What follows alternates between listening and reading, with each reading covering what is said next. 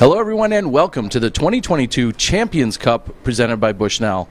Terry Miller here with the Disc Golf Network, and our very first guest of the day is going to be, in fact, Michael Downs, Director of Operations for the PDGA. And, Michael, we often talk to the players and discuss things like home course advantage. This is your home course. We're at the IDGC. What should people be expecting this week? Hopefully some good weather, some fair and safe and balanced competition. Our staff here has been working so hard to make sure that the course is just shining for the competitors, and we're very proud to show it off this week. You know, it's been a while since we've been back here at the IDGC for a top elite pro event, and we're so happy to have everybody back here, especially just a few days before the 15th anniversary of the International Disc Golf Center. Yeah, and speak to that a little bit about the course preparations, because from what we're hearing, it doesn't sound like a lot of things needed to be adjusted. No, we try to stay away from any like manufactured OB, if you will. So the course itself has a couple of ditches, ravines that run through it, so they kind of present a natural challenge there. The course preparations themselves were really focused more around presentation for spectators and making sure that there was a good enhanced spectator experience at the same time. So we worked really hard to clear out the undergrowth and the underbrush to make sure that there were clear views for the players, you know, in spectator areas.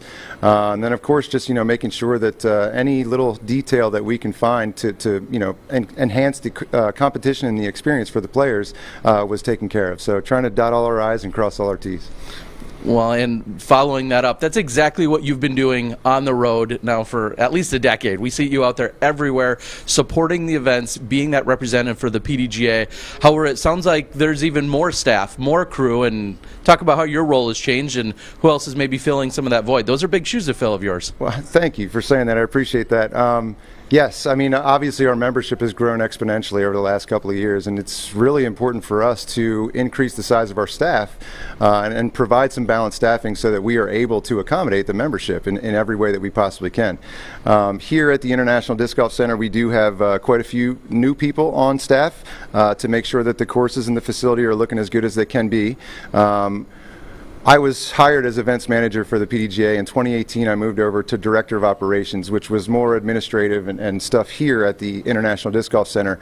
We recently just hired Jeff Jaqua as our Director of Competition and build out the size of our operations and logistics staff, which is basically our events team. It used to just be me, and now there's 4 team members of that department, so we're just able to offer and provide more support to these events and also to our tournament directors of the many events around the globe as well. Well, I can't say it enough. As you just mentioned, it takes 4 people to do the job that you were doing alone before, and it's pretty incredible.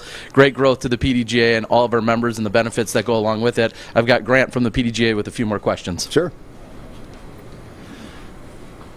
So, Mike, with Elite Disc Golf back here at the home of the PDGA, can you speak a little bit more about the importance of this facility, the Hall of Fame being on site? Can you speak a little bit more about the importance of that to the game in general? Absolutely, yeah, sure. I mean, as the PDGA evolved over the years,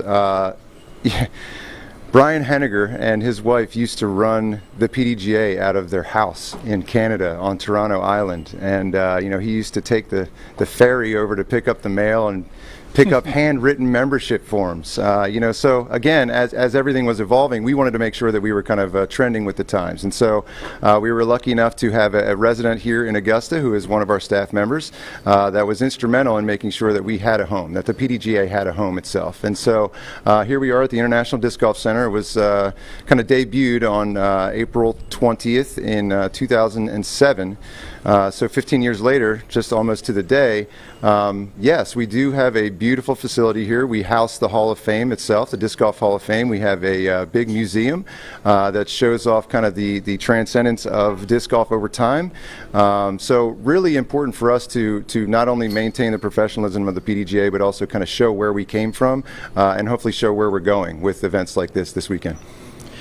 On that note, what are some of the strategic goals in the near future for the PDGA? Obviously, as our membership blossoms, so do our goals and our priorities. Balanced staffing was something that was a big priority for us, again, just to meet the demand of our ever-growing membership. We've got youth and education programs that we're working on that continue to be a priority for us. We are working to enhance our affiliate club programs and our league support and other types of sanctioned competition. Another new initiative for us is the event support and training team, a phenomenal group of folks that are really dedicated to the support and the training of our tournament directors of events all around the country, not just our premier events. Of course, we'll always look to support and promote our elite and our major events. Yeah, and I mean, the list is endless. There are a ton of priorities for us here at the PDGA, and we just want to listen to our membership and understand what their concerns are, what their demands are, and do our best to meet and exceed their demands. We're here at a brand new major in the springtime of the year. Talk about your excitement. I am really excited. In fact, I've heard a lot of players this week say, we're always here in the fall, so it's so cool to be here in the springtime. It looks amazing. It's not just the way the courses look, but I mean, you got some dogwoods in bloom, the azaleas are out. We had a small ball golf tournament here last week that a lot of folks were really excited about. So, you know, to add to the prestige of the Masters golf tournament by bringing the first 2022 major also to the Augusta area was really, really important to us. So yeah, we're really excited this week to start off the year with a really, really great major and see where it goes from there. Well, Michael, on behalf of myself as a 25-plus year member of the PDGA and all of our old and new members, we thank you and the rest of the staff and crew for everything you guys are doing here. We're looking forward to an incredible week right here at the International Disc Golf Center. Thanks so much for joining us. Thank you so much, and I'd be remiss if I didn't say that you know, as a longtime PDGA member myself, we do what we love and we love what we do, and we do it because we're passionate about it, and we want to represent our members as best we can. So if there's any feedback that you have for us, you can contact the event support and training team, and it'll get into the hands and the department of the right folks. So we do it for you, and we do it for the sport of disc golf. Thanks for having me. Appreciate it.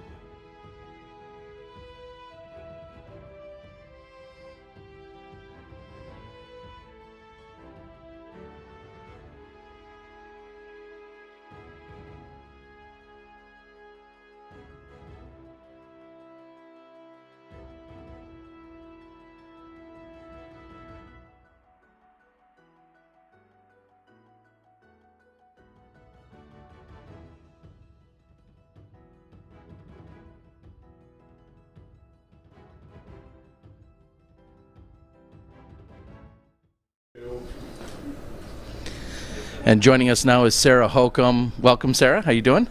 I'm great. How are you? I am great. Well, the last time you left here, you had just recently switched sponsors, and you left here a champion. What are some of the vibes as you pulled back in? It's been a couple of years. What are some of the vibes and the feelings that you had coming back to the property today? You know, it just always really feels good to be in the woods. You know, I mean, and at our, you know, our kind of the center of disc golf. So yeah, it's just it always feels like coming back to home, and it's just very comfortable. And speaking of that, that was nearly 50 events ago for yourself.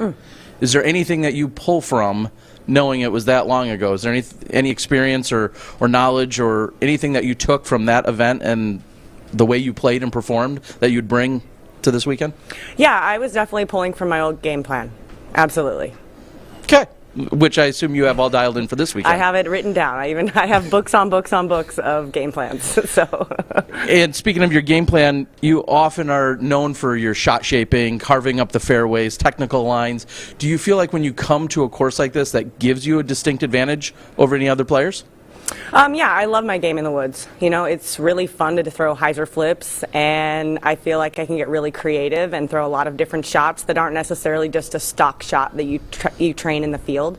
So it's fun in that way, you know, instead of just kind of throwing the same shot over and over that has very little precision left and right. Like, these shots have to be precise, and that's the fun of disc golf to me. So this year, we've seen you struggle a little bit to get yourself inside the top 5 or the top 10, places we're used to seeing you every weekend. If it's not the top 5, it's at least been the top 10 over the last decade. Feels like it's been a little bit tougher. Speak to either the competition or your game. What is it about that you haven't found the success that you've had in the past? Yeah, I mean, I think it's a combination of all those factors.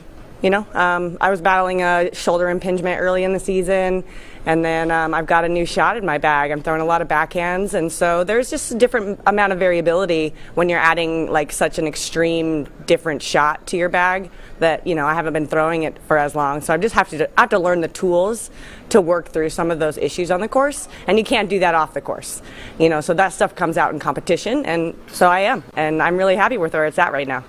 And then my final question along those lines would be, where will we see you attacking with a backhand, something that you've been developing and working on, and of course you want to put the trust into it. Where might that really come into play out here on this course? Anywhere in particular that you're excited to use it? Yeah, I'm definitely throwing it on the tee shot for hole 4 and hole 6. Hole 4 is about 310, super tight line right to left.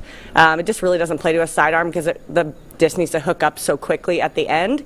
So I'm going to throw the backhand there. I've been hitting about 50% in practice, so we'll see. But I've been scrambling from the spot I'm missing at, and I'm pretty sure I've got that miss dialed in. So anyway, I'm going to throw that one, and then on 6, it's just a really obvious downhill backhand shot off the tee, and then I'll throw another backhand on the approach shot. There's a couple, so there's really only two tee shots that I'm going to throw backhand. Any other backhands that are required out here are really just like a distance flex shot that is just not in my wheelhouse yet. But a lot of approach shots and second shots, I'm actually not using it as much as I would like to out here because I can just throw hyzer flips with a sidearm and throw it straight as an arrow, and that gets me a lot of success. So, all right, here's Grant Zellner. Sarah, this is the first ever playing of this particular major, the Champions Cup, so nobody has that kind of experience to rely on. However, you are a prior major champion, so how will you lean into that experience this week? Yeah, I think it's just most important to tap into the mental game and remember all the good shots. You know, I've had a lot of success out here, so remembering keeping those shots and that success in the forefront, and then just ensuring that my mental game is sharp. You talked about being quite familiar with this track, so much so that you have some of your game plan written out. Are there any noticeable changes to the course since the last time you were here? Certainly the 2 different tee shots on 9 and 18. I really like those changes. Other than that, it just looks really good. You know, the course is really clean. Even some of the rough areas are a little cleaned up, so, you know, offers a little bit more saving grace when you may throw into the woods. So, yeah, it's great. And my final question for that would be, do you go back and look at the notes? I mean, do you have the entire I have them all. catalog? Where do you store all those? And are you ever going to digitize them? Because I feel like those should be NFTs or something. I haven't thought that far ahead, but yeah, I have all of them. All right, we'll talk about that. Okay. All right, everyone. This is Sarah Hokom. We wish you the best of luck this week. Thank you.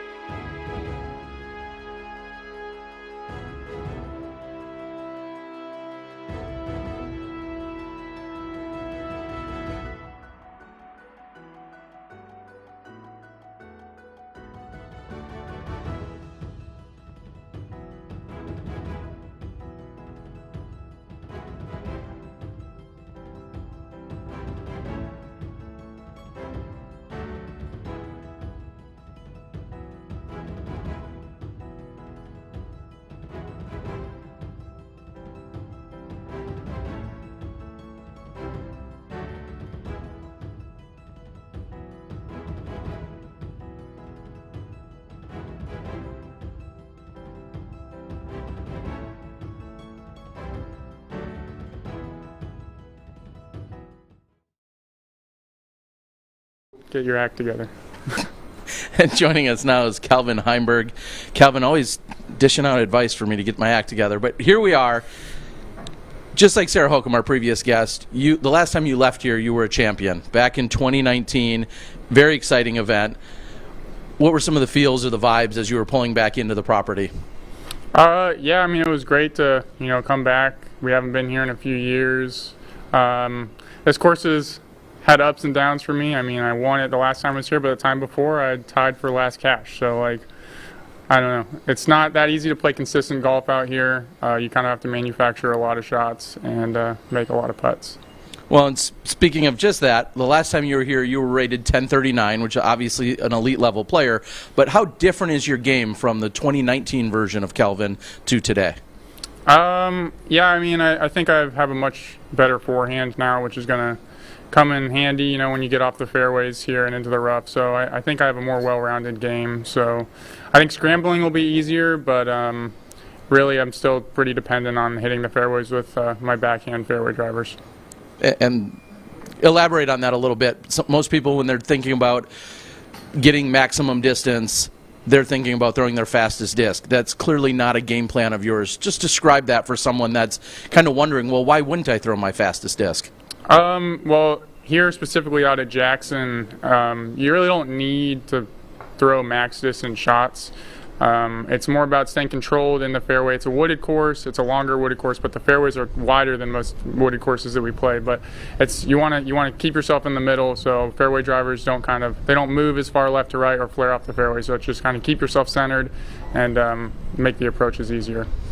Often we hear players talk about this being one of their favorite courses, if not their favorite course on tour. Where does it rank for you, and why is that?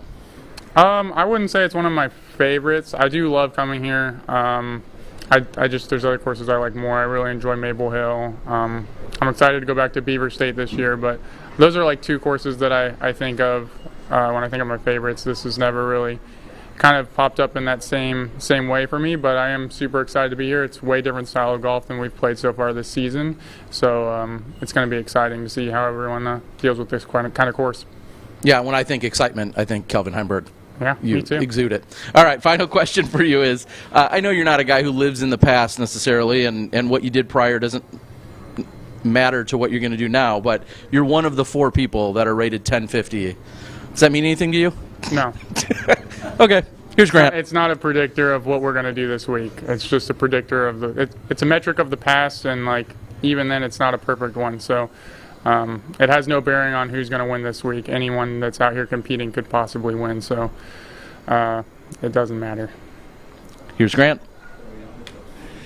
Hey, Calvin, some players chose to take the last couple of weeks off. You chose to play at Throw Down the Mountain, which is a very different type of course. Do you still feel like that event prepared you in some ways for this track? I don't think Throw Down the Mountain really prepared me for this track. I don't think there's really many places you can go that prepare you to play here other than just coming here and practicing this course on its own. I played Throwdown because it was close to home and I enjoy playing the course, so I signed up for that one, and then I took an off week the following week just to kind of rest up before this one. Now, a win this week at the Champions Cup would be your first major victory. How would that define your career? I mean, that would be sweet. I mean, yeah, I haven't won a major, so I guess I could check that box off if I happen to pull off the win. Hey Calvin, this is Mitch with Gatekeeper Media. You talked about last week taking an off week and also being able to be back in your home state. Yeah. What's something you've been relying on to find rest? There's been a lot of people saying, hey, the grind is real. We got a lot of tournaments this year. What's something you've been doing in between tournaments, taking those off weeks to kind of rejuvenate? Well, for me, I was able to go back home, and I won't be home until mid-October. So it was the last time I was going to really see all my friends and family for another, whatever it is, like 6.5 months. So that in itself was really nice and kind of relaxing. And yeah, I mean, further down the season, it's just kind of taking a break and finding other activities. But it's not quite the same because I'm not seeing the people I'm closest to that I don't get to see all throughout the year. Yeah, one of those activities I know you're really excited about doing, rock hunting and that kind of stuff. Is there anywhere you're looking forward to, or even in here you've been able to find some great stuff or anything surprise you? I haven't looked any this week. I know there's plenty of stuff to find when we go up to Jonesboro next week, and then even then I think I have 2 weeks after DDO to kind of before I have to play OTB. So there's plenty of stuff out west, in the kind of Four Corners, Arizona, whatever. I'm not sure where I'm going to be, but I'm sure I'll do some rock hounding out west. Awesome. Well, I hope you enjoy it. Hope it rejuvenates you to keep killing it. Thank you. Yep. All right, everyone, that's Calvin Heimburg. We wish you the best of luck this week. Thank you.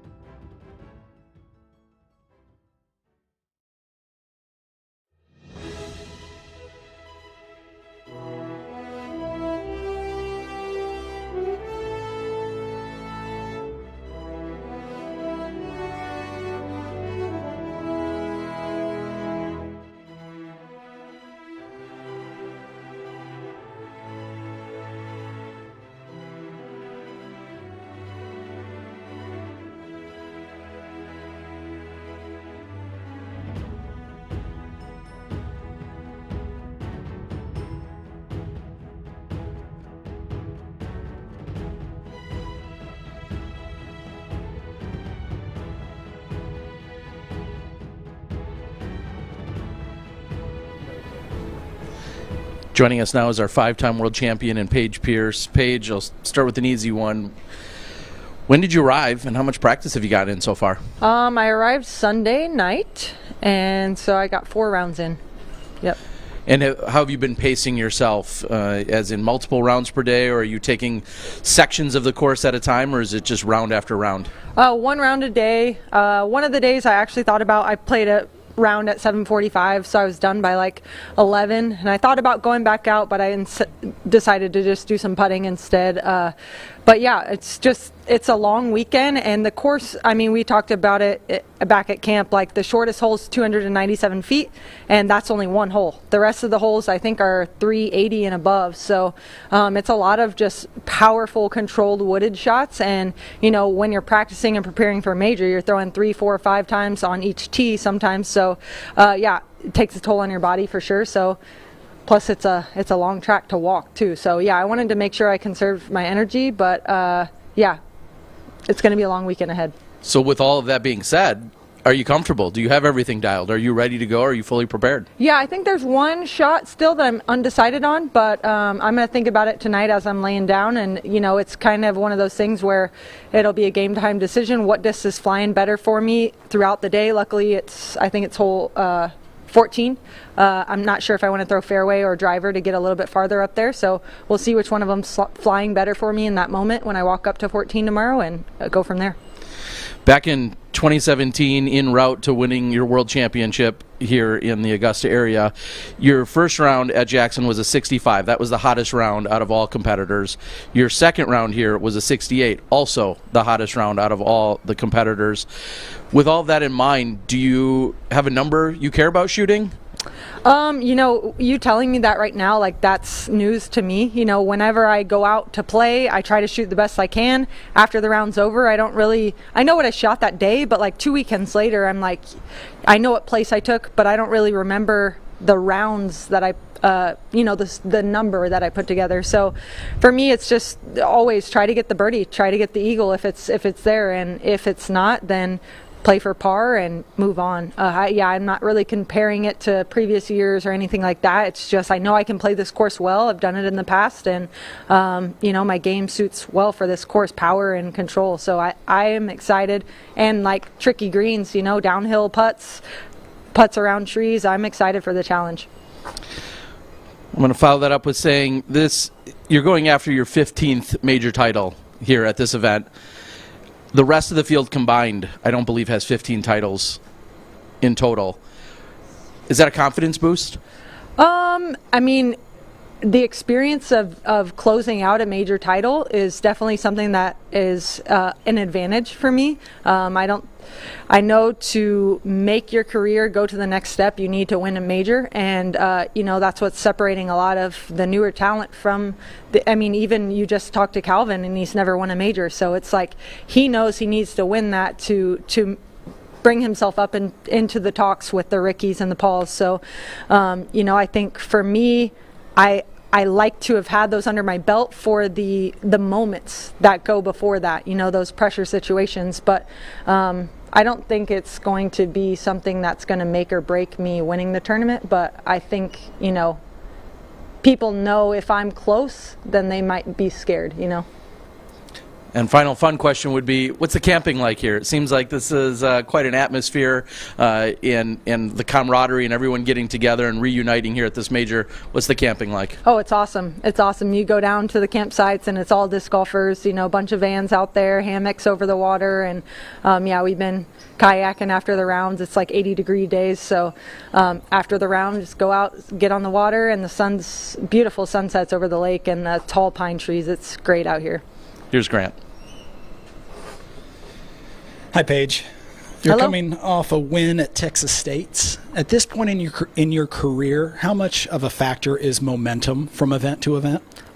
You know, I think it's more. I don't know. That's a hard question to answer, because sometimes it feels like, oh yeah, I just won, here it go, keep it going, keep it going.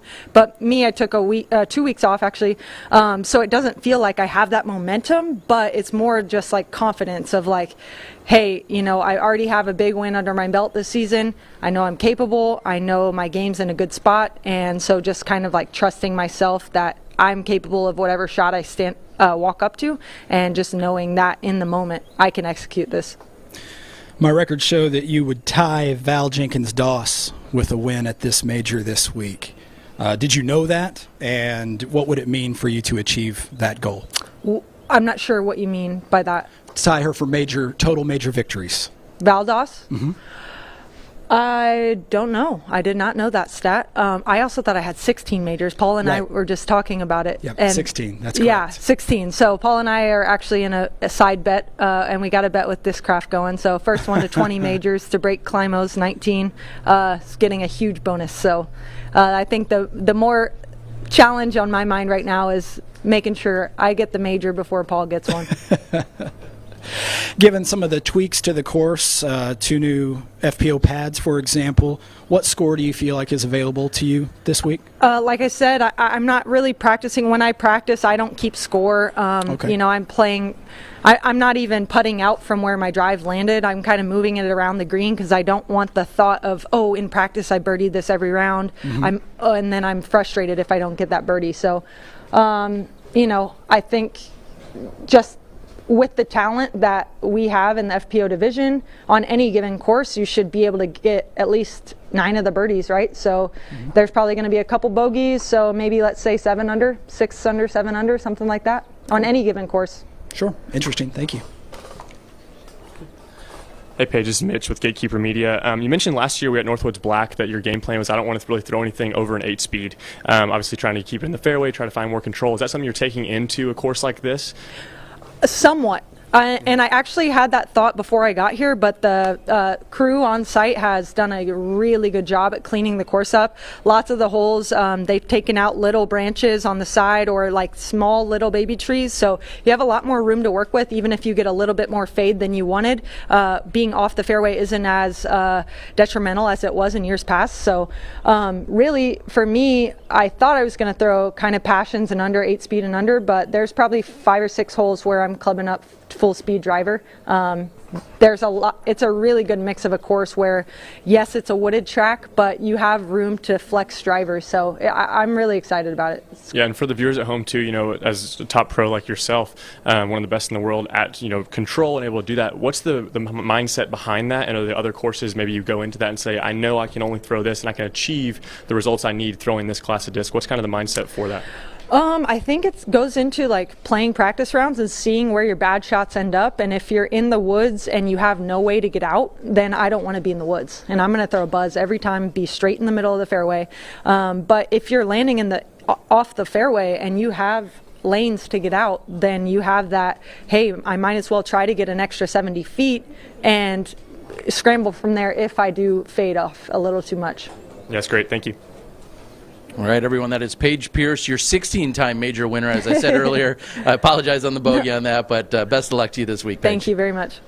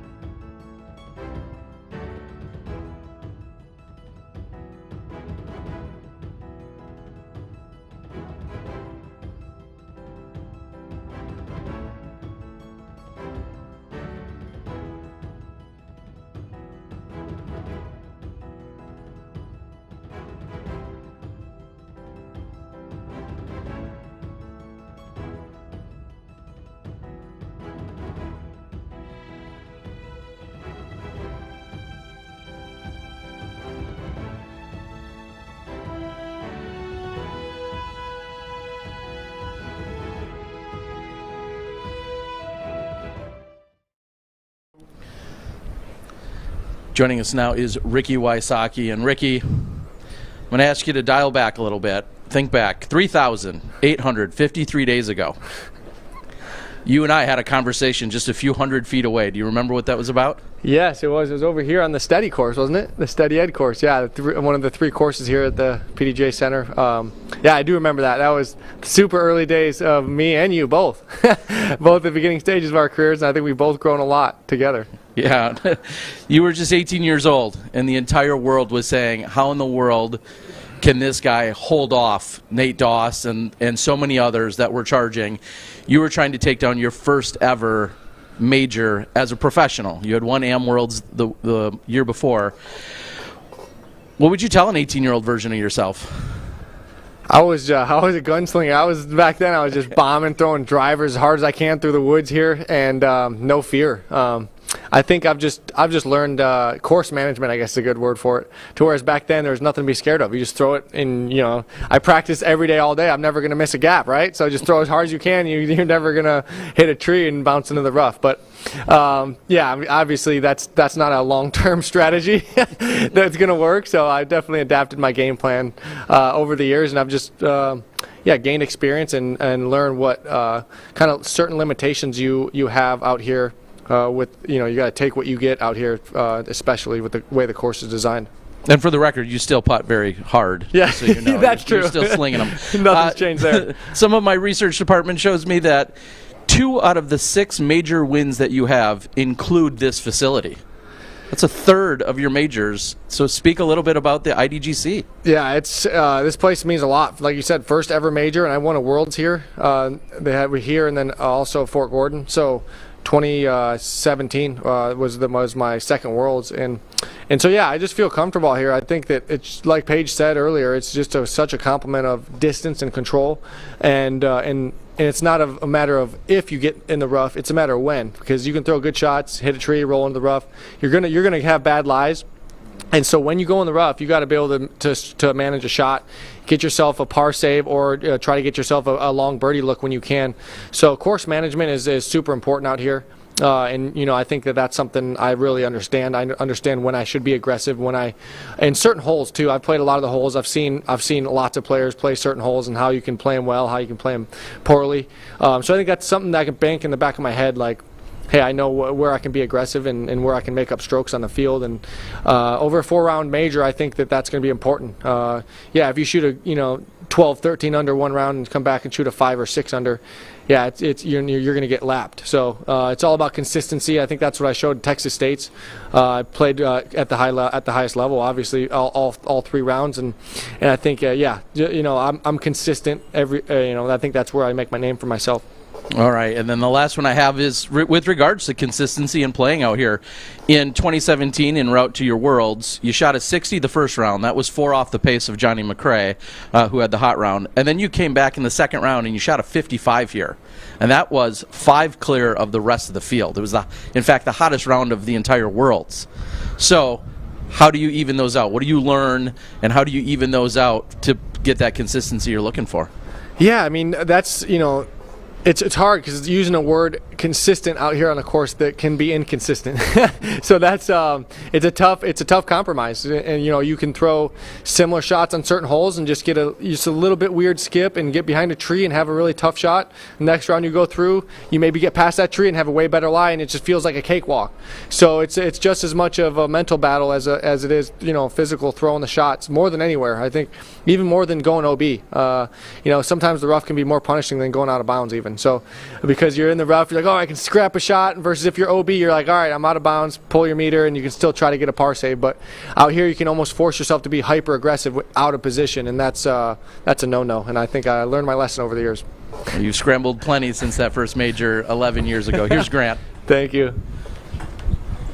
Ricky, as we've already mentioned, you've won more than a few times on this track. In coming back, how much can you rely on memory, and how much do you have to rely on more immediate preparations? Yeah, that's a great question. I mean, I think that the conditions don't change too much out here, so pretty much what you see is what you get. The wind doesn't really rip through the woods out here. So it's really about just hitting landing zones and then being aware when you're out of position. where you can throw your next shot to get back into position, even if it's not making a birdie, but saving a par. You still have to know the spots, know where you can be, know where you can't be.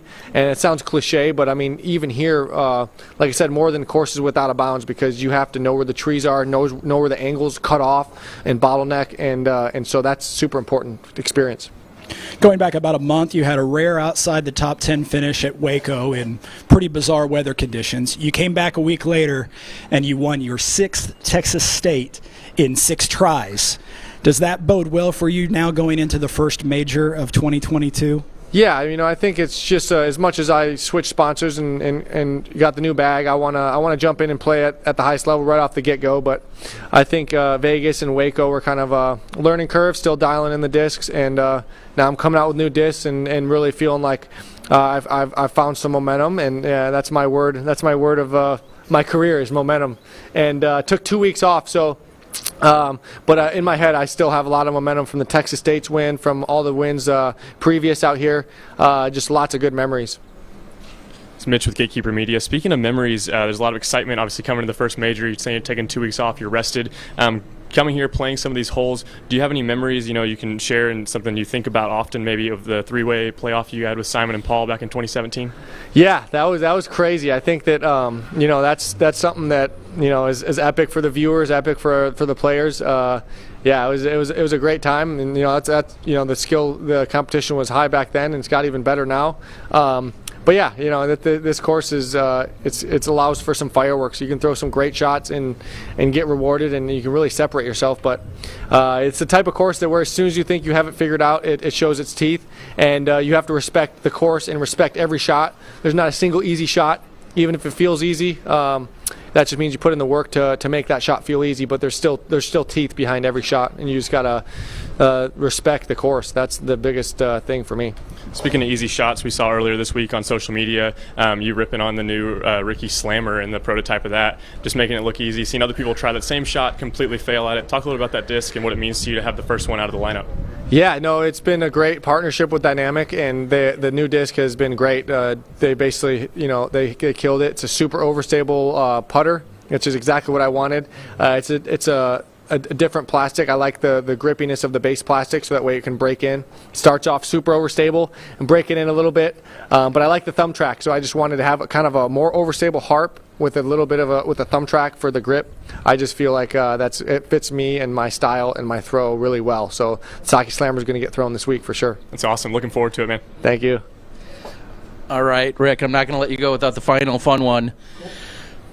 How's Disney World? It was awesome. No, it was cool. I got to go for the first time since I was like 3 years old, but I don't think that really counts if you can't remember. But yeah, it was fun. You got to go on the water rides and got to like shoot all the kids. When they're driving by on the little floaty raft, you're like shooting the kids and you're like laughing about it. So yeah, I felt like a 2-year-old for a couple of days there, going to Disney and shooting the kids with all the water rides. But yeah, that's what it's all about. Relax and. Yeah, just harness your inner 2-year-old at Disney World. There's nothing better. Well, glad you got to enjoy it. Thanks for joining us. Best of luck to you this week. Thanks, guys.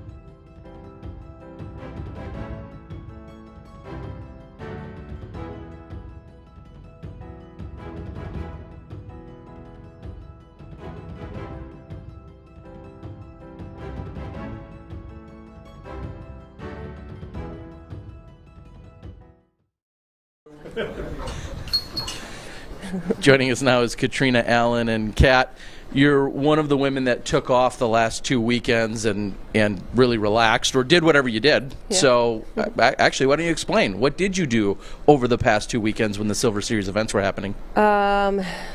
Well, I was going home, really excited because my new couch was supposed to be delivered the day that the Masters started.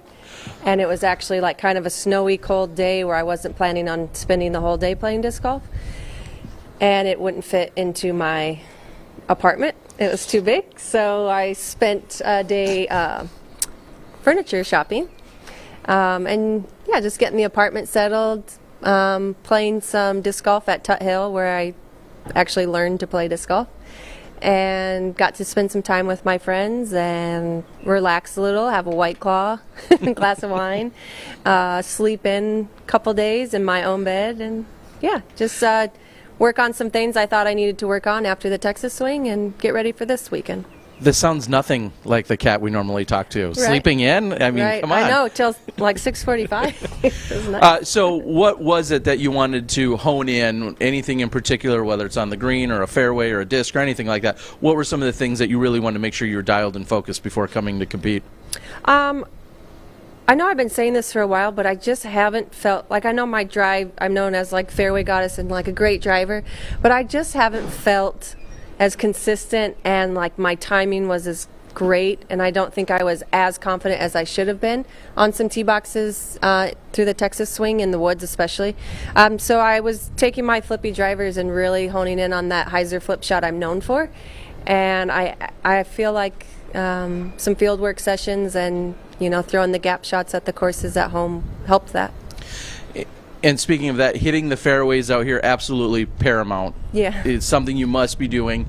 Are you comfortable? Are you comfortable with what you've done for practice and that you're ready to go for tomorrow's round? Yeah, actually some discs that I thought maybe 3 weeks ago were too understable for me, I was finding that my timing and release are so much better, and I'm able to throw more consistently, and yeah, I feel better.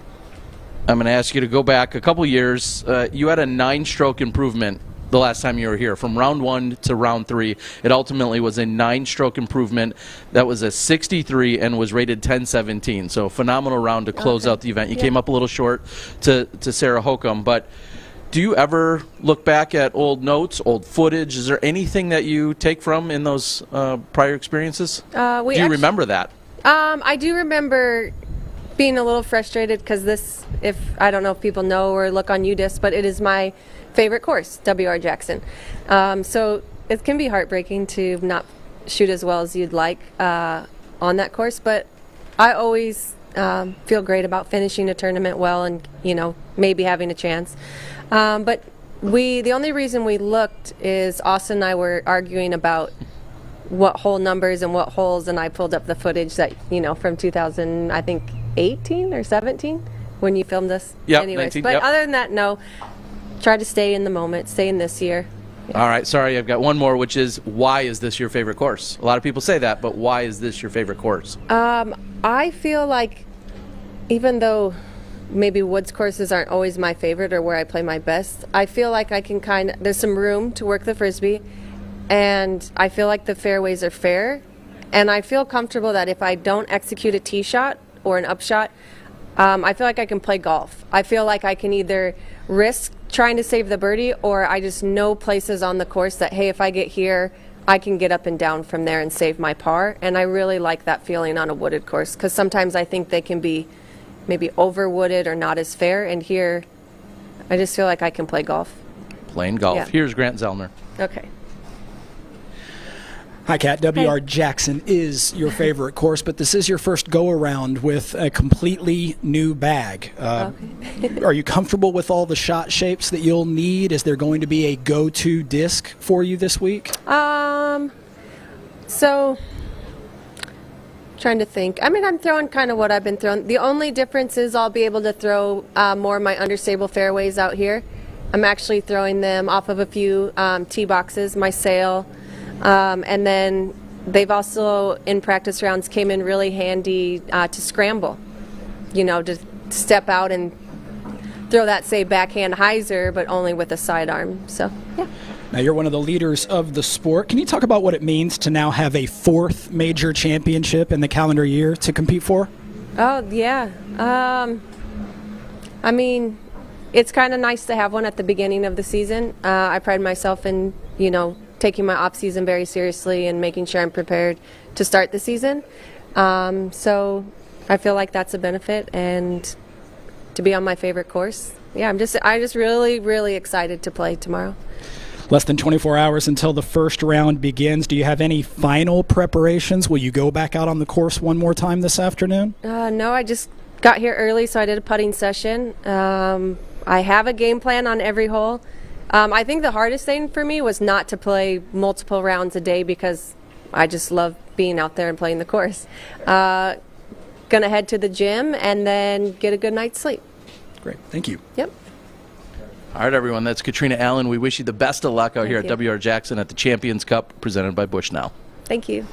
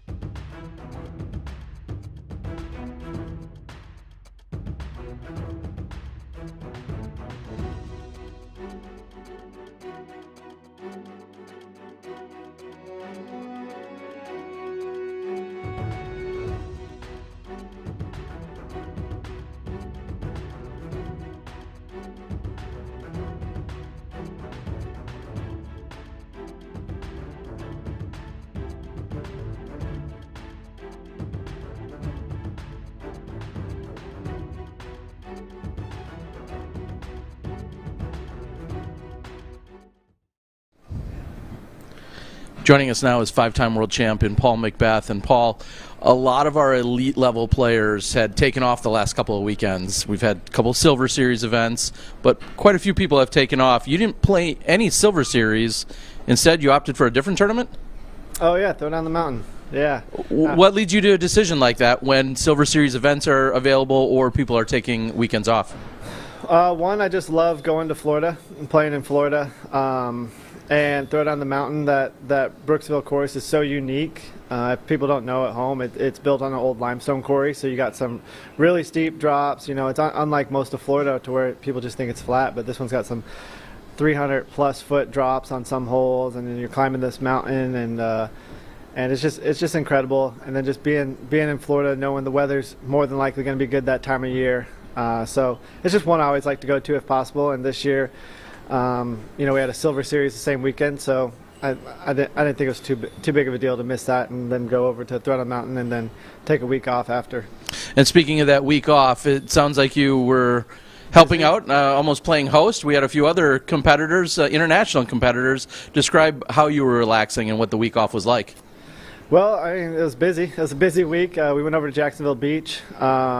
We had the Estonians come back into town. We invited them down to come just hang out and get some good weather because they experienced Vegas, Arizona, Texas for 3 weeks, and we're like, man, you guys have had it tough to start the year. So we're like, let's go down to Florida, enjoy some good weather, and we were able to go to the beach, get in the water, and just kind of play some disc golf and practice for this one. So it was a busy week, but a lot of fun. And to follow that up, at the last press conference, Texas State's, you kind of dropped on the world the news about you purchasing property and or a new residence in Florida. Where does that stand? Yeah, during that off week, we bought a house. So hopefully closing on that by the end of the month. But everything's in progress to get done and be smooth. All right. Well, back to the business of you throwing discs around. You probably already know that you've won 50% of the majors that you've played in since 2012. You're going after your 17th. Paige talked about the battle and the bet that you guys have between each other, and that would also bring you within 2 of Ken Climo, arguably the GOAT, as many would refer to him as. What do those numbers mean to you? I mean, it'd be super cool. That's a number that Climo obviously has some age-protected majors that don't count for that 19 open division majors. So it'd be huge, especially knowing that the players that we have now, they have a long ways to go to catch up. But it's going to be a lot of fun to watch, and I know I still have a lot of years left to play. So I'm going to be battling with all these names that we know right now that we're going to be seeing this weekend. So to be able to get to 20 would be incredible, and it'd be number 1 on the list. So in disc golf. And speaking of lists, my final question is, where does this course rank for you in terms of how much you like it? Is it one of your favorites or no? I wouldn't say it's one of my favorites. I think there's a lot of good holes, but I think just the one knock is it's kind of repetitive. I feel like a lot of the shots are very similar. But we're in the woods the whole time, so you kind of get lost where you are at some points. But it is definitely a challenge. That's one thing that it has is it's an extreme challenge, and scores I think can be all over the place because you can be on one day and shoot double digits and be off just a little off the next day and be struggling to keep par or better. So it's definitely a challenging track for us. All right, here's Grant. Paul, with the advent of the Champions Cup, disc golf now has a 4th major in the calendar year. How big is that for the sport? I think it's really big. I think it's going to kind of just keep some consistency in the major side. I know for next year, I don't know if European Open's happening or if it's how that's going to work, because European Open's typically a year on, year off kind of thing. So I don't know if it's always going to be 4. I don't know what the deal is there. But for this year, having 4 majors is cool because, we're already talking about major disc golf right now, and we're in April? So this is much sooner than we typically do. I know Australia has been a major in the past, but that was January, so it kind of just didn't feel like we were ready yet. But this feels like it's really, really kicking off the major season and the heaviest stretch of the year. One could say you have something like a career slam, and you have it more than once over, having won other majors multiple times. Now the Champions Cup joins the slate. It has possibly the best field overall. Is there extra motivation for you to win this first one? I wouldn't say extra motivation. I mean, it is a major, so that is a big deal to me. These are the ones that I feel like you said, for a career are huge. In order to make this Hall of Fame that's next to us, you almost have to have one of those next to your name to make that Hall of Fame. So to be able to add that and hopefully get closer to Climo's all-time record would be really cool. So anytime there's a major, there's an M next to the tournament, I'm gunning for it.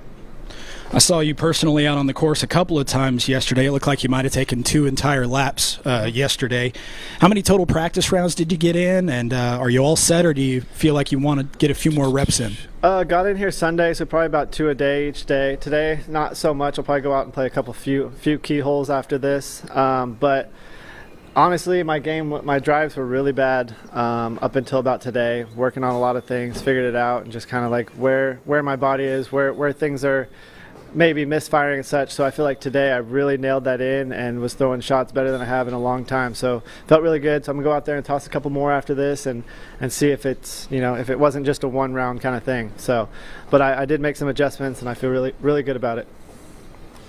This is Mitch with Gatekeeper Media. Last week you announced your official schedule, and part of that you mentioned already, being able to go to Europe, going to PCS Sula and the European Open. Talk about how excited you are, what that looks like for the European listeners and viewers here, be able to go back across the pond and be a part of those tournaments. Yeah, it is still a toss-up with some things going on over there and such. So I'm really excited to get over there and being able to go to like Montenegro and stuff like that for the foundation and some more disc golf installation and just bring it to a brand new country it's a lot of fun because you're just so hopeful that they fall in love with it the same way that we did.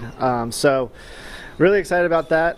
Really excited to get over there and play some tournaments again and do something more that's more so my job than putting disc golf course in there. I'm really excited about it, and hopefully I can get that 6-week tour over there next year and not have to change things up a little bit. So yeah, you mentioned being able to work with the foundation. It's been amazing to see what all the places the Paul McBeth Foundation has been able to go to. What are some of the plans in Europe you mentioned? Going over there, installing the course in Montenegro, doing some work, possibly doing some clinics, and just getting the word out there that there's disc golf here in Montenegro now. And then later in the year in Africa, we'll be going installing some disc golf in a country or two out there. Hopefully, if anyone's watching this and is thinking about going to Montenegro, it's on my schedule when I'll be there. So it's the more hands there are, the better. Yeah, that's awesome. Thanks for doing that. Appreciate it. All right, everyone, that's Paul McBeth. We wish you the best of luck this weekend. Thank you.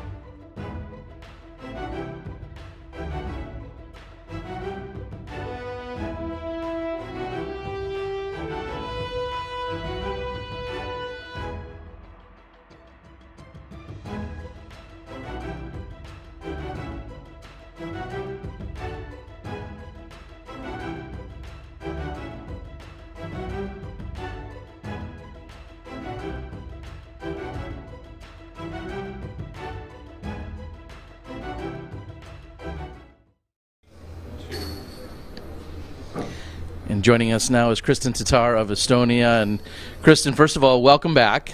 And with that, how were your travels? You left the U.S. and here you are back. How did everything go?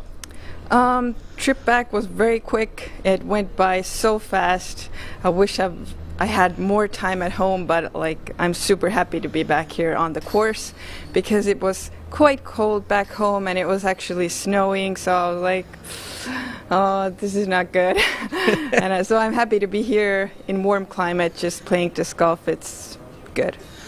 So maybe that answers my next question, which was, did you do relaxing or were you working on your game when you were back home? Sounds like the weather wasn't great, but I know you'll still play in snow if you have to. How did you balance your time? Well, I did a couple of fieldwork sessions to sort of figure out my discs, but I mean in colder climate they fly differently. So I think the main work should be done here. But I mean, I still tried. But I did mostly I was just relaxing, went for a couple of runs and just enjoyed my time at home.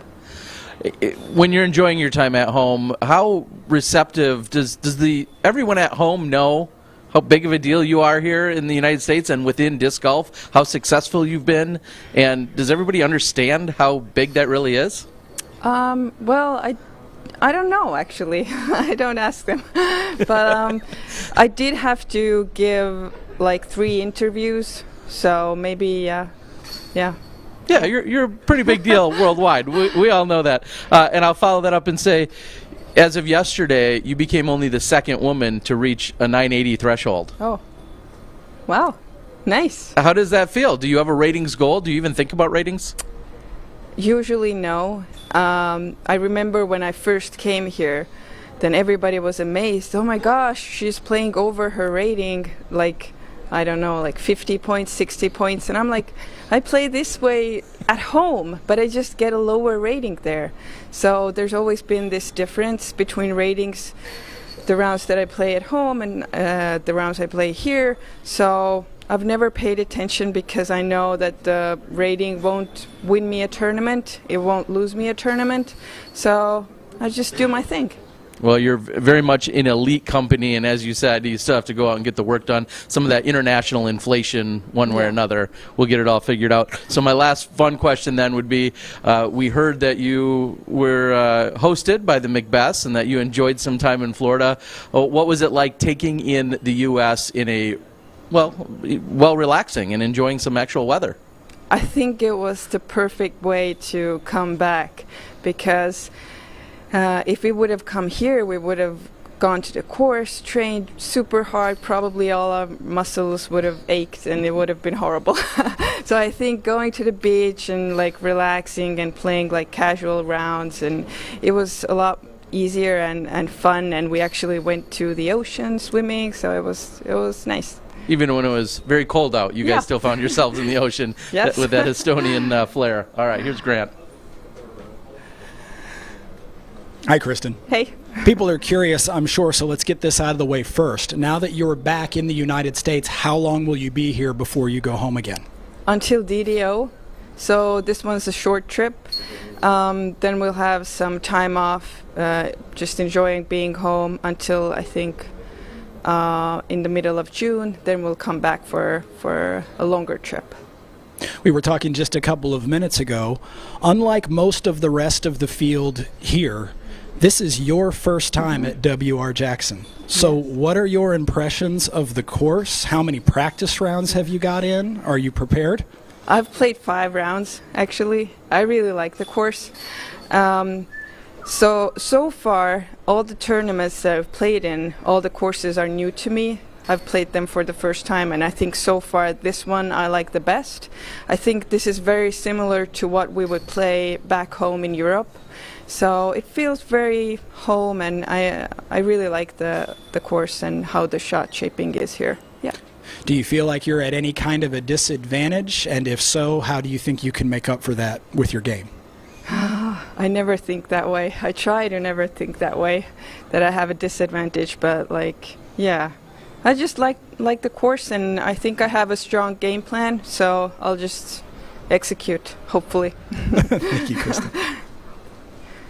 Hey, Kristin, this is Mitch with Gatekeeper Media. So far this year, in the 4 Pro Tour events that you've played, including a Silver Series, you haven't finished outside of the top 3. You've already said you're really enjoying this course, and you've played those courses for the first time. Yeah. So coming here, what is the confidence feeling like, and what's going to take to be able to take down your first win of the year?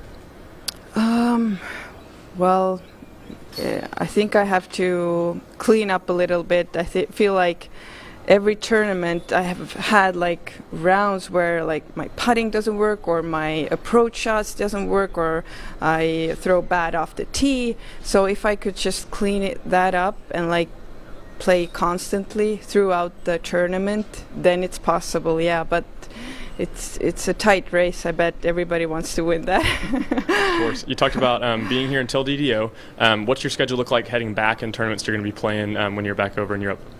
Probably I will play a few Finnish Pro Tour events, maybe some Estonian Pro Tour events, and then I'm planning on going to Sweden and playing Järva course. It will also be my first time, and I'm very exciting. Yeah. That's awesome. Thank you. Thanks. All right, I just have a couple more follow-ups, which is, looks like you have an additional traveler with us this week or during this trip. What does that mean? Who's with you? I have my daughter with me. It's her first time. She is really enjoying her time here. She is a little bit tired because she's been walking all the rounds with us, but it's good exercise. Yeah, she's made new friends here, enjoying herself for sure. And did I also hear that you guys have had some pretty wild nights since coming back? Is that true? What do those consist of? Playing Uno, probably. Yeah.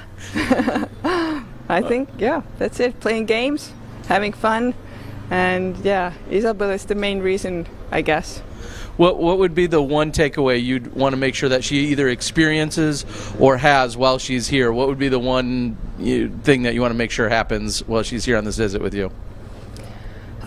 Just to experience different culture and making new friends and being open and brave. And I think she's all of that, but I just tried to encourage her even more.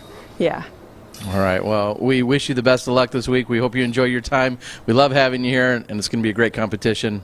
Thanks so much for joining us, Kristin. Thank you.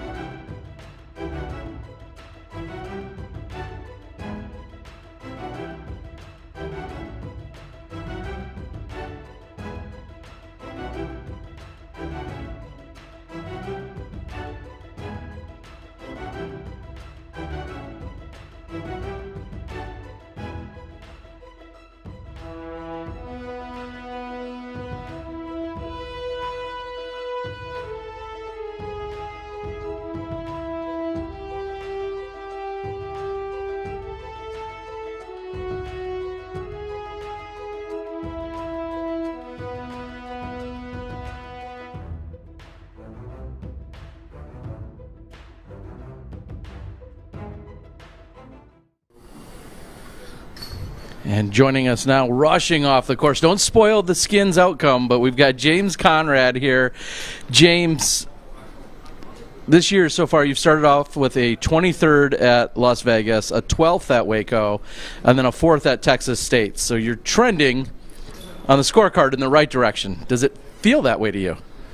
Yeah, it feels like I've been playing some pretty good golf. You know, in Las Vegas, I took a couple just really big numbers. You know, I had like a couple 8s or something on my scorecards that killed my chances. And then Waco was a tight field. 12th, I think I was only 3 strokes off a podium finish. And then in Texas State, I was right in the mix all week. So I've been happy with how I've been playing. And if I can just get everything clicking this week, I think I got a good chance. And clicking, does that mean you feel like you've struggled with anything in particular, or, you know, what has it been to see this improvement? Or is it just eliminating a few of the big mistakes that you had, maybe, like you said, at Vegas? I think I haven't quite been putting everything together. You know, some days my driving has been really dialed in, but maybe I've left some opportunities out there on the putting green, and then days when my driving hasn't been quite as hot might be the days that I'm kind of picking up the slack on the green. So if I can stay clean off the tee and stay clean on the putting green, you know, that's putting it all together for me. And last year, the only victory that you had, well, was the big one. It was the World Championships. Do you do anything differently to gear up for a major? Because you're out there grinding every weekend and playing in Elite Series events, but this is the first major of 2022. Do you prepare yourself in any way, any differently?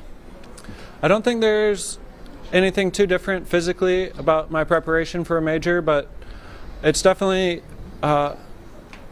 maybe a little easier for me to kind of take it as serious as possible, and to just to feel like it really matters, and to try to step up to that pressure and to try to execute well. And I'm hoping that will be the case for me this weekend. Of course, you're known as a woods golf player. You seem to really enjoy it. How does this course rank for you? And how would you describe it to the rest of the world? Maybe somebody's never seen play at this course before. Describe it, and how does it rate for you? I think this course is a very tee shot dependent woods course. Sometimes in the woods, like Iron Hill, for example, a lot of the difficulty lays in the fairway shots, and in this course, if you can have really clean tee shots, you know, that'll set you up on the par 3s. Those are all kind of bonus birdies out here, and then some of the par 4s become pretty routine if you have that clean tee shot. So it's cool though, because you can kind of pick your own game plan. You know, you can throw a lot of mids or slower discs and just try to keep yourself in the middle, or you can really attack these pretty fairways with a faster disc and try to really push yourself down there. So I think having a game plan and really committing to what you're going to throw and trusting yourself will suit me well out here. And where does this course rank? Is it in your top 5, top 10? Yeah, it ranks highly for me. I'd say it's definitely one of my 5 favorites to play on tour, maybe even top 3 or so. All right, well, good luck. Here's Grant Zellner from the PDGA. Hi, James. Hey. This year, when watching you play, we've seen something of a unicorn every now and then. We've seen you break out a sidearm. Do you expect to use that shot very often this week as anything but an escape from the brush? I don't expect to use it besides an escape. I kind of have a running joke with some friends that I can tell how good one of my rounds is on a course like this by how many sidearms I threw. So the fewer the better in general. Now, folks watching don't know, but you literally ran from the course to be with us here right now. So I have to ask, do you feel prepared? Do you feel rested? Is there any part of your game that you're going to run out and take advantage of these last few hours of daylight to dial in before tomorrow? I'm feeling pretty well prepared. I know the course well, and I've gotten in a few really good practice rounds. I think I'm just going to kind of have a relaxing evening, maybe take a swim in the lake right over there by our campsite, and have some good dinner. And then my parents are getting in town late tonight. They're going to camp with us, so it'll be cool to have them here to support me this weekend. So you're a major champion. You're a face of the sport. Your face is literally on PDGA.com for at least a few more months. So with that identity, can you speak to the importance of now the 4th major on the calendar. What does the Champions Cup mean for the sport in general? I think this will continue to legitimize our sport. You know, it kind of makes our schedule sync up a little more closely with some of the other some of the other sports, such as golf or tennis, where they have majors a little bit more throughout the year. And yeah, I think having this like late spring major will kind of really round out our calendar year and make it so the season feels more important this time of the year rather than waiting till the late summer and even the fall for the season to really kind of feel like it's in full swing. Thanks, James. All right. Sorry, James. I do have one more. You mentioned your family coming into camp. I've asked Paige and a few others who you often are camping and go with that style out there. What's the camping like here? What's the vibe and the atmosphere here on site? It's really cool. You know, we're right over here by the lake, the Savannah River. I guess it's technically, it looks like a lake, but yeah, beautiful tall pine trees. It kind of feels like you're just out on the course, you know, being on the campsite, and that's always it's nice. It kind of adds some continuity to the weekend. You know, you're kind of on the property sleeping, and then you're on the property playing. It's a good for me, I think. Well, we're certainly blessed to be here at the International Disc Golf Center, everyone. That's James Conrad. Thank you, and best of luck here at the Champions Cup presented by Bushnell. Thank you, Terry.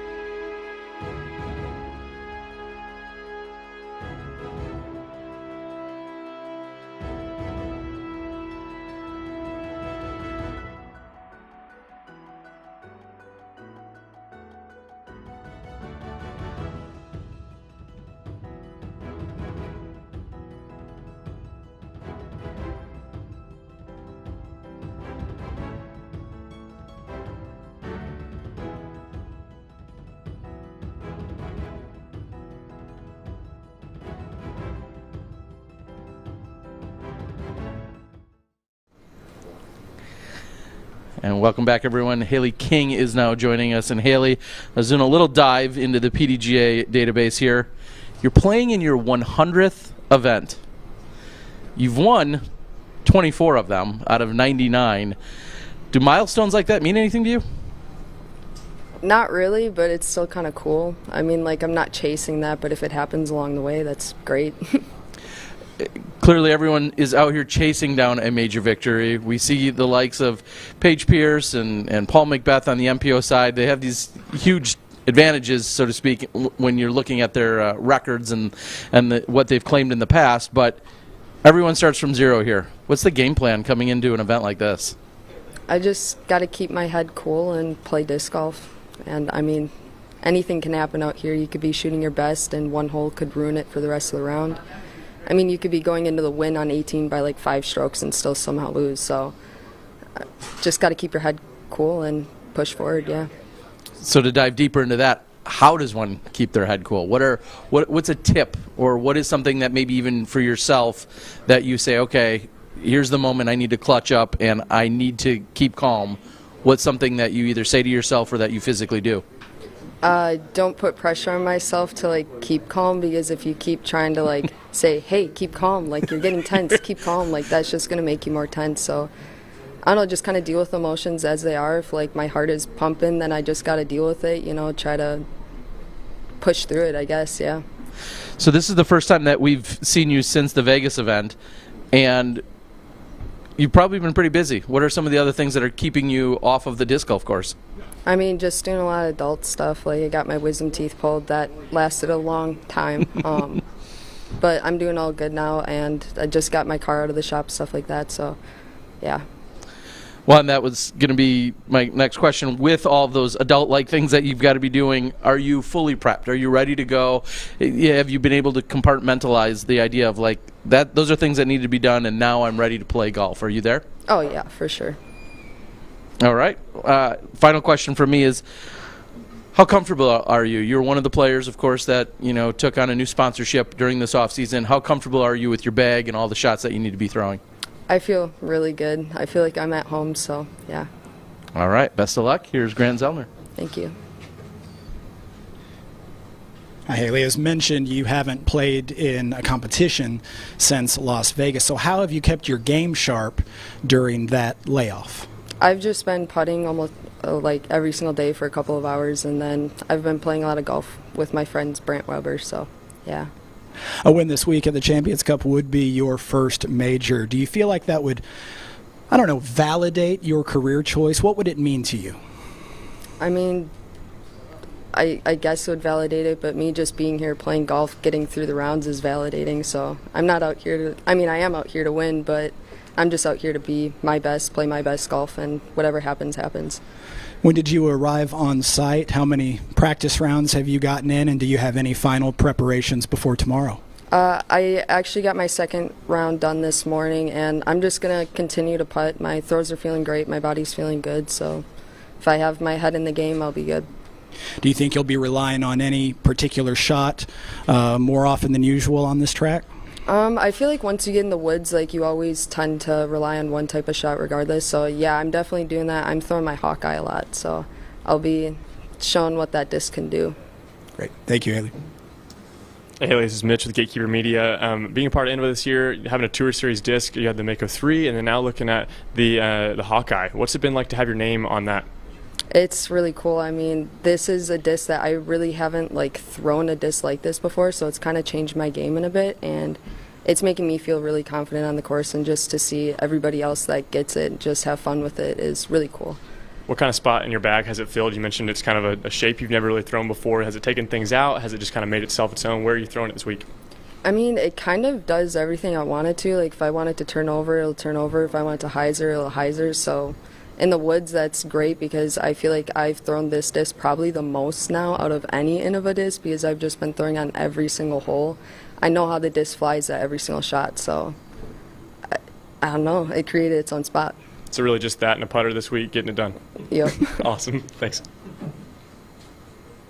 All right, Hailey, we wish you the best of luck this week as you go out for another major right here at the Champions Cup presented by Bushnell. Thank you.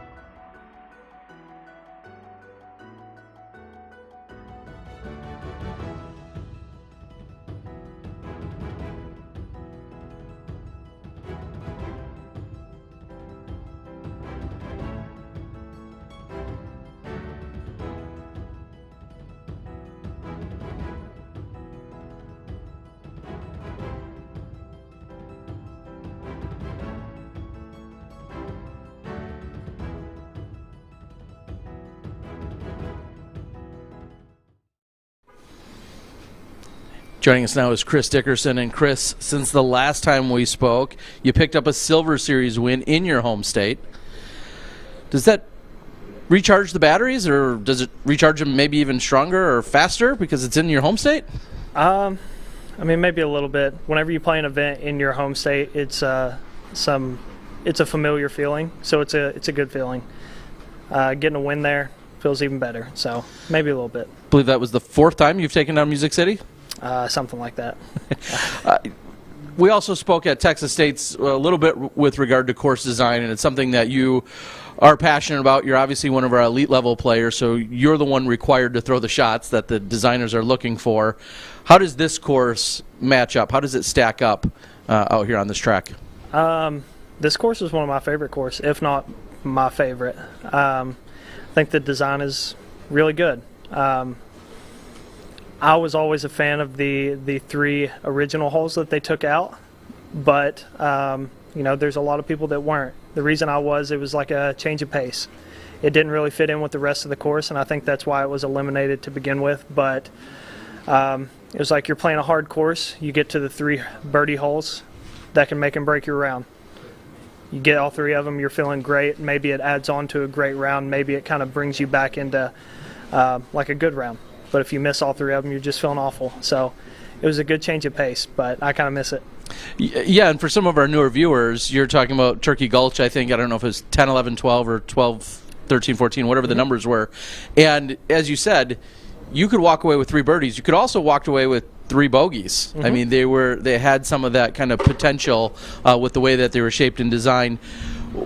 Is there anything else that you would change about this course? You might miss those, but is there anything at all? If you were really to get nitpicky, is there anything you'd change about this course? The one hole that stands out to me is hole 3.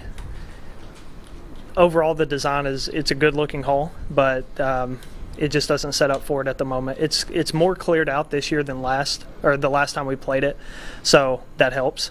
But it could use some kind of defined fairways a little bit. Kind of at the end for the upshot, there's a few different routes you can go, but none of them is like, this is the way that you should be going. So. Well, if that's the only criticism, it sounds pretty good overall. I want to backtrack just a little bit and ask, did you actually take a weekend off? Did you not play golf last weekend? I did. Is this the same? Is this really you, Chris Dickerson? Yeah. You didn't play? Took a weekend off of tournament play. Okay. No, and what was it filled with? Practice here. Okay. Yeah, so I've probably played 7 or 8 rounds on this course in the past week or so. And is there anything then that you feel is lacking? Are you, when you put your head down on your pillow tonight, you have a game plan for every hole and every situation out here? Yeah, I feel good about every hole except for, I think it's hole 12, the par 3 that they stretched out a little bit. Still figuring that one out. All right. Well, I know what I'm going to throw. I just haven't been throwing it the best. Well, spoiler alert, you have less than 24 hours to get it figured out. But until then, here's Grant Zellner. So, Chris, you won the Music City Open on a very different kind of a course. So is there anything positive you can take from that experience into the experience on course here at W.R. Jackson? I think whenever you come to a more technical style course, even out here we are throwing longer shots, but they're still in the woods. You have to be more precise. You can't really throw a shank and expect to get a birdie. There are some holes that are more open that you can get away with doing that on the more open style courses. But out here, if you throw a bad shot, you might get a fortunate kick back to the middle, or you might get penalized quite a bit, just depending on how bad your kick actually is or how bad your shot is. So on that note, W.R. Jackson presents some challenges that you haven't really had to face at any other tournament so far this year. Have you had to spend some of your prep time continuing to get to know any discs in your bag that you're going to have to use and lean on this week for the first time? Not really, because whenever I made the initial switch, my local courses, those were the kind of discs that I was working with the most. Putters, fairways, mids. The only ones I didn't really work on that much were the drivers because of the availability, or not the throwing them on the courses around where I live. It's not something you really do. You can get away with throwing a fairway or a mid. So drivers was kind of what I struggled with at the beginning of the season. But no, out here, fairways, mids, that's kind of what I'm leaning on.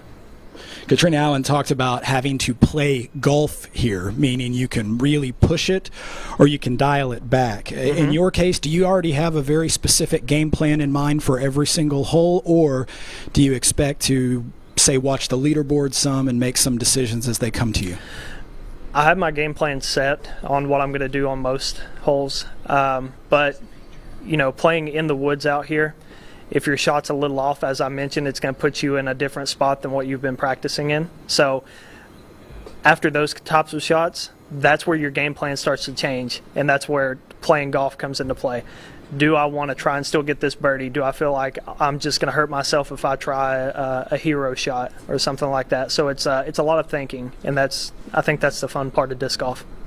All right, Chris, and a final question. We're just halfway through April, not even a month into the season of spring, yet you're already sitting here talking about a major, the Champions Cup. Can you talk about what it means to have a major in the spring, a fourth major on the calendar, and what it is that you think it brings to the sport? I think the bigger tournaments, the more tournaments that we can have that are on this level, the major level, the better, because it's gonna make us feel like we're at bigger tournaments. If you go to a C tier or B tier, we're just playing disc golf, but at a major tournament, there's a different kind of feeling in the atmosphere around Tournament Central and on the course. So that's a good feeling. It just, everybody's here to compete. They're looking to take home that title, and yeah, I think it's great to have it early on in the season.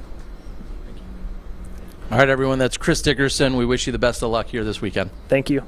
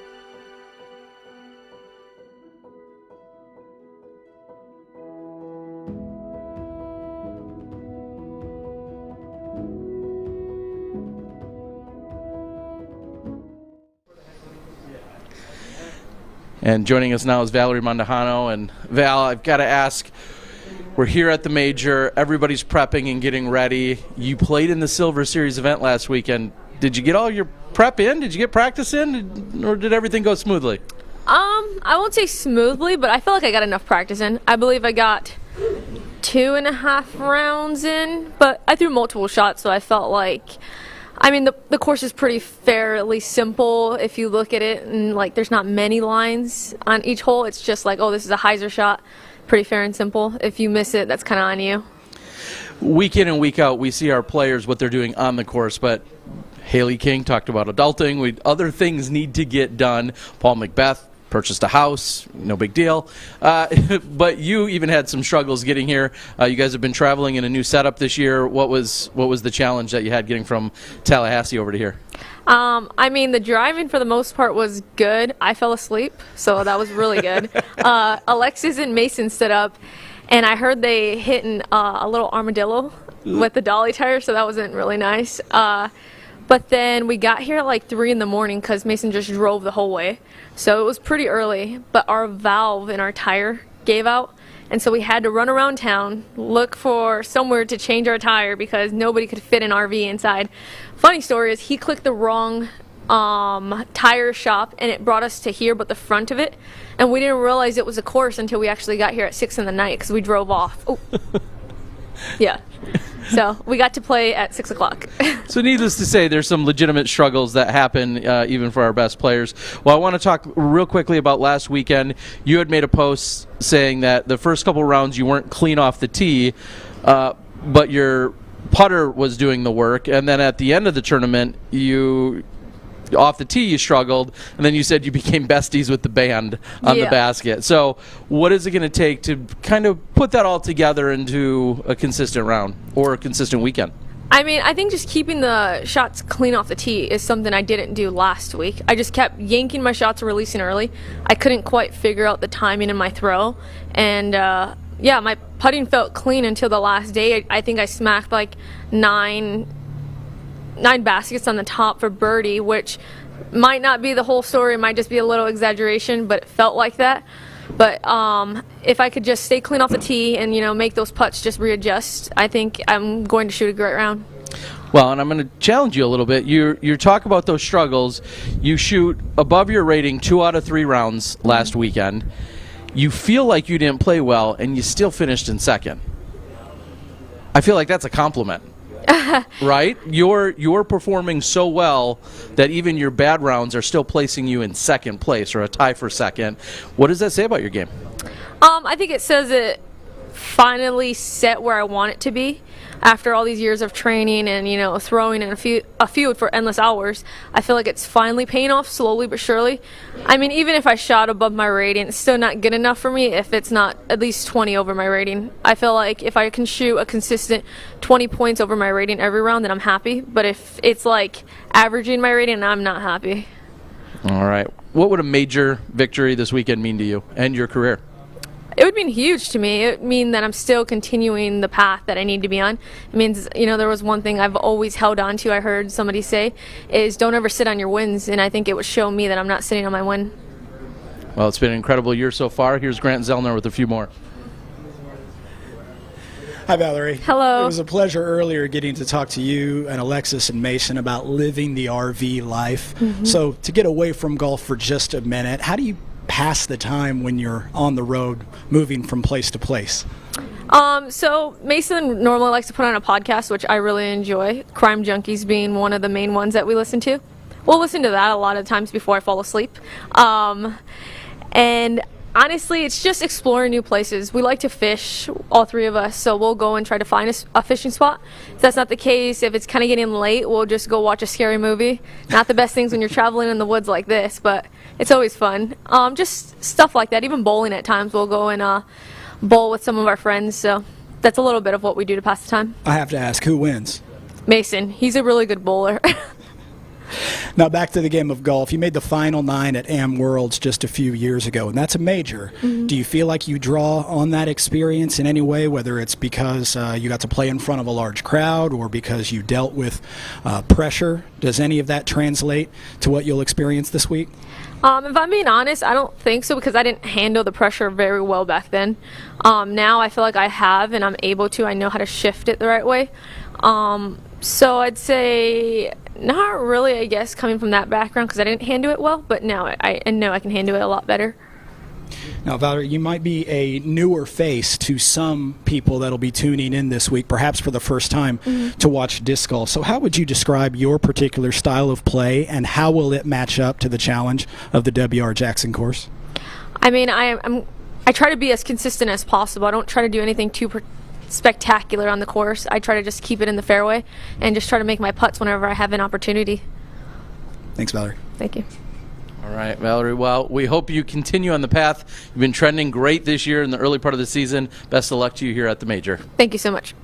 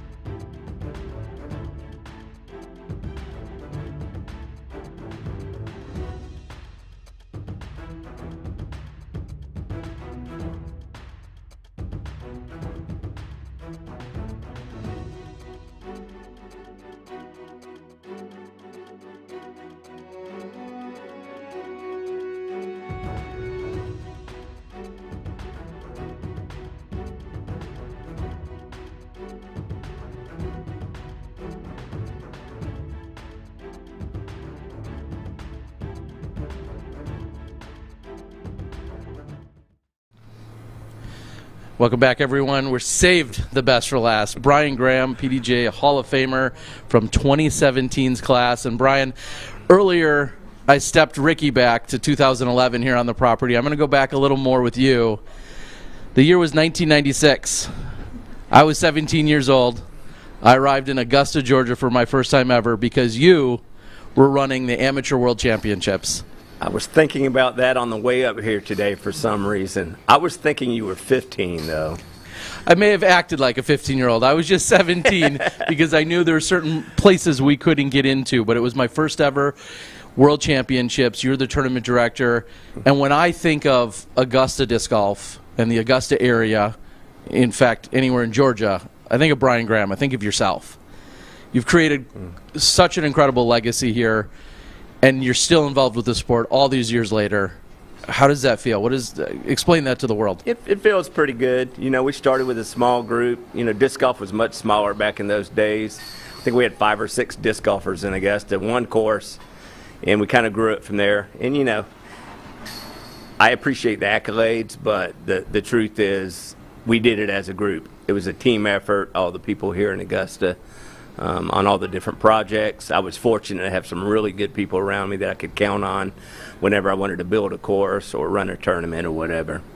And speaking of running a tournament, 10 years later, as if Am Worlds isn't a big enough take on, you ran the Professional World Championships, again, here in the Augusta area. What is it about tournament directing and serving the people in the way that you have? What is it about that keeps you coming back for more? Well, I discovered early on that I was a much better tournament director than I was a player, so that kind of cemented that.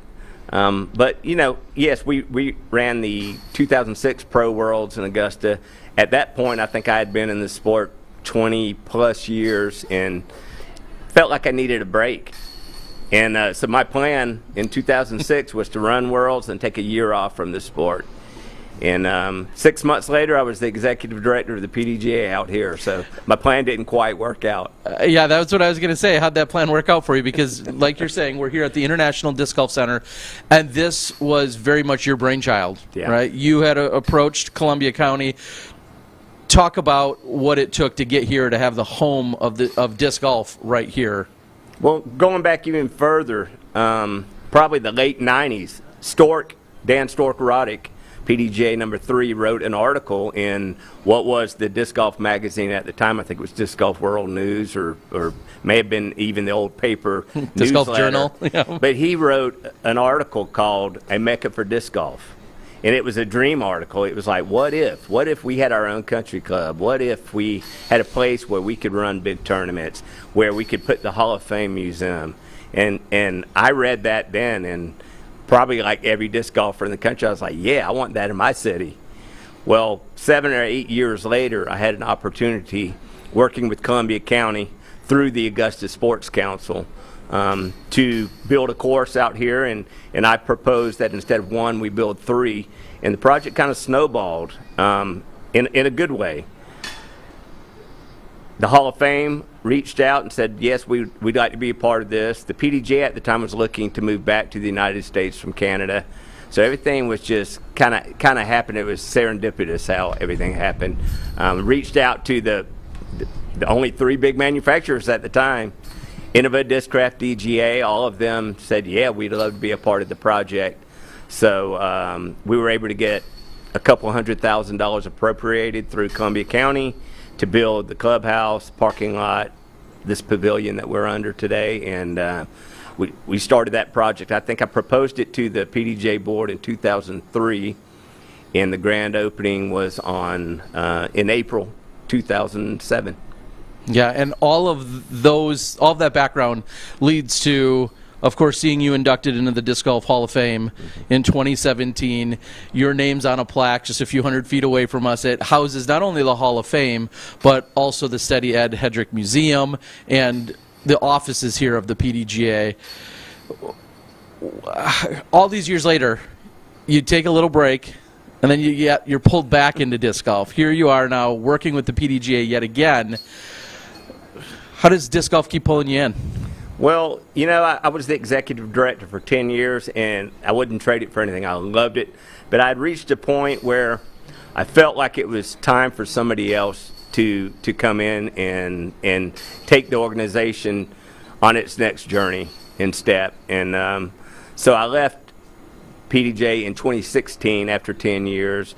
Did some other sports ventures. I managed the National Barrel Horse Association, Hippodrome Events Complex, and then I was, the last couple years, for 3 years, I was the CEO of the Greater Augusta Sports Council, which is kind of neat because it was through the Sports Council that we built this facility. And then I was happy at the Sports Council. Joe Chargaloff reached out to me and said, let's have lunch, and we talked, and he said, you know, the sport's really growing, it's booming, we need help managing the growth. Would you consider coming back? And, you know, I gave it some thought, and I still love this sport. The break was nice. I finally got the break that I didn't get in 2006. And so, yeah, I'm back. And I think one of the frustrations I had when I was executive director is we were a small organization, had very limited resources. I couldn't really focus my time on any one area because I was pulled in so many directions. That's changed with my new role, director of growth, memberships and growth, I can now focus on areas of the sport that I really like, and those are growth areas like youth and education, memberships, senior committee, women's committee, stuff like that.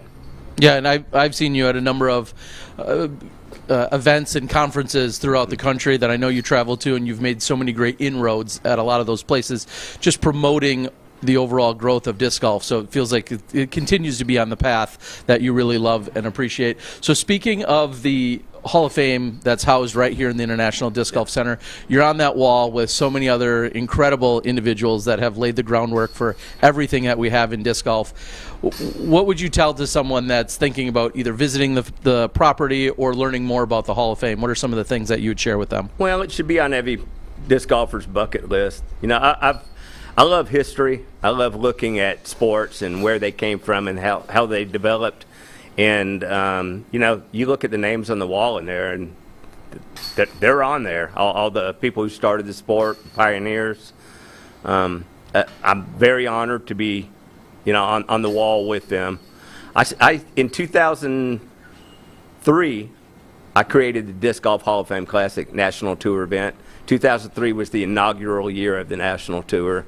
And I did that. I wasn't in the Hall of Fame then, but I did that because I had so much respect for the people in the Hall of Fame and what they did for the sport, and I felt like the sport needed to thank them and, you know, shed some light on the Hall of Fame. So that's how that was created. And then years later, when this project came together, it was kind of neat that we were able to bring the Hall of Fame Museum here, and we actually hosted the Hall of Fame Classic here a number of years.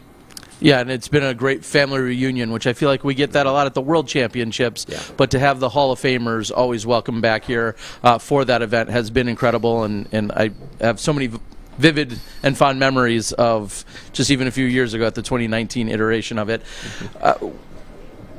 What's next? You wear all these different hats, but what's next for you? Is there anything that is still on your bucket list of things you'd like to accomplish? I mean, you're already in the Hall of Fame. You can chill out now, right? Well, you know, I expressed my frustration with not being able to focus and spend time on certain segments of PDJ work. Now I can do that. So anything having to do with growth of the sport, growth of the PDJ falls under my directorate. So I look forward to really being able to spend the time that I feel is necessary to create a quality youth and education program and programs to promote growth of women in the sport and senior players, etc.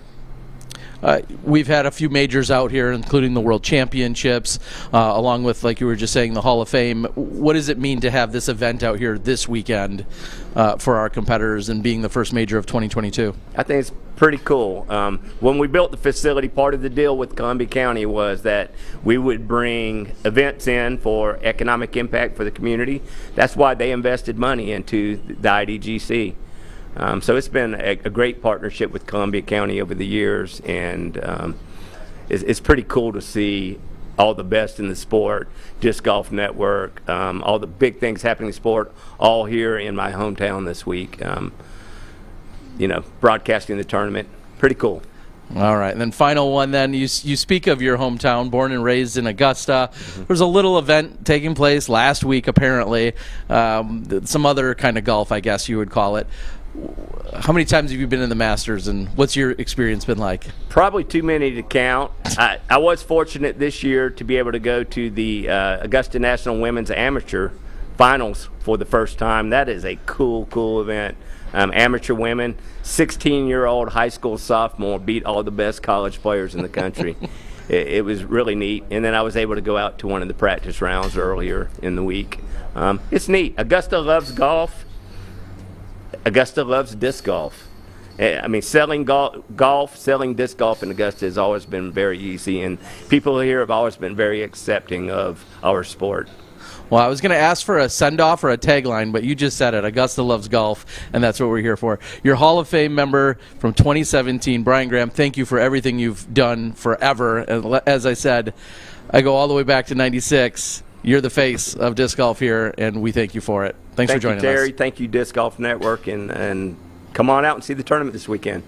All right, everyone. That is your 2022 Champions Cup presser. Thanks for joining us. Thanks to Bushnell for your support this weekend. We'll see you tomorrow live on Disc Golf Network.